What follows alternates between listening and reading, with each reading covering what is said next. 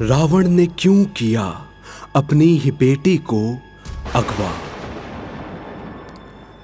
लंका का राजा रावण भगवान शिव का अनन्य भक्त था, लेकिन उसने माता सीता का हरण कर स्वयं ही अपना सर्वनाश किया।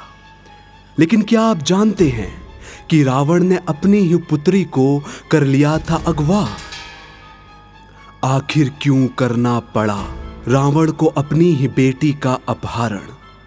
क्या सच है देवी सीता ही थी रावण की पुत्री?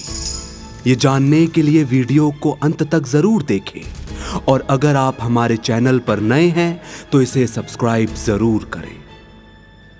रामायण की असली कहानी का आरंभ तब होता है जब प्रभु श्री राम और माता सीता लक्ष्मण सहित 14 वर्ष के वनवास के लिए वन की ओर प्रस्थान कर रहे थे। इनके संघर्ष में भूचाल तब आया जब एक बार रावण ने धोखे से माता सीता का हरण कर लिया। परंतु रावण ने जिस स्त्री को साधु का भेष बनाकर अगवा किया था वो उनकी ही पुत्री थी। माता सीता रावण और मंदोदरी की बेटी थी। इस बात का वर्णन अद्भुत रामायण में किया गया है। दरअसल इस रामायण में सीता माता को मंदोदरी और रावण की पुत्री बताया गया है। एक दिन जब ऋषि आश्रम में नहीं थे तब रावण वहां पहुंचा और वहां मौजूद ऋषियों को मारकर उनका रक्त कलश में भरने लगा। रावण ने इस कलश को महल में लाकर एक स्थान पर छुपा दिया।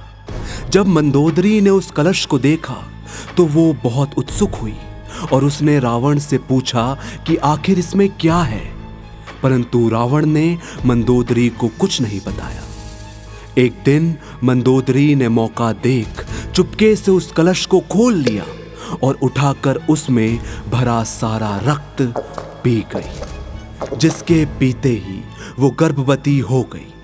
ये भेद किसी को पता ना चले, इसलिए वो लंका से बहुत दूर अपनी पुत्री को कलश में छुपाकर मिथिला भूमि में छोड़ आई। एक बार जब मिथिला राज्य में अकाल पड़ा तो ऋषियों ने राजा जनक से यज्ञ का आयोजन करने के लिए कहा ताकि वर्षा हो सके। यज्ञ के समाप्त होने के बाद राजा जनक अपने हाथों से हल लेकर खेत जोतने लगे।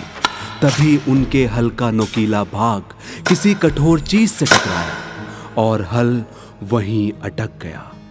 इसके बाद जब उस स्थान को खोदा गया तो वहां से कलश निकला जिसमें एक सुंदर कन्या खेल रही थी। राजा जनक ने उस कन्या को कलश से निकाला और उस कन्या को अपनी पुत्री बनाकर अपने साथ ले गए।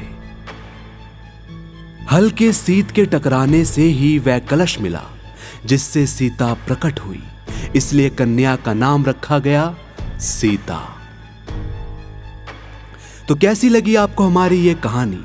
कमेंट सेक्शन में जरूर बताइए, और अगर आपको वीडियो पसंद आई है तो इसे लाइक और शेयर जरूर करें।